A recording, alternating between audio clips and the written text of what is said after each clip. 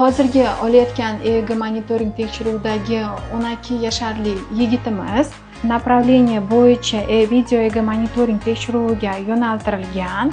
Tekshiruvni boshladik. Bu tekshiruvga sababchi bo'lgan holat bola 2 marta hushidan ketgan, noaniq genezli.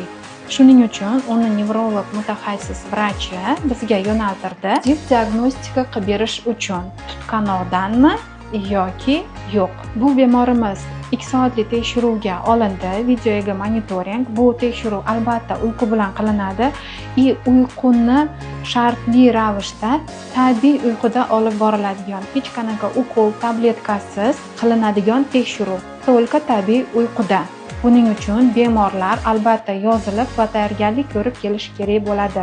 2-3 soatli video EEG monitoring tekshiruvlari odatda ertasiga javoblari chiqadi. Chunki bularda o'rganib chiqish vaqt talab qiladi. Tungi tekshiruvlarimiz 8, 10, 12 soatli tekshiruvlarimiz esa 3-4 kun, ba'zida 5 kun talab qiladi vaqtni.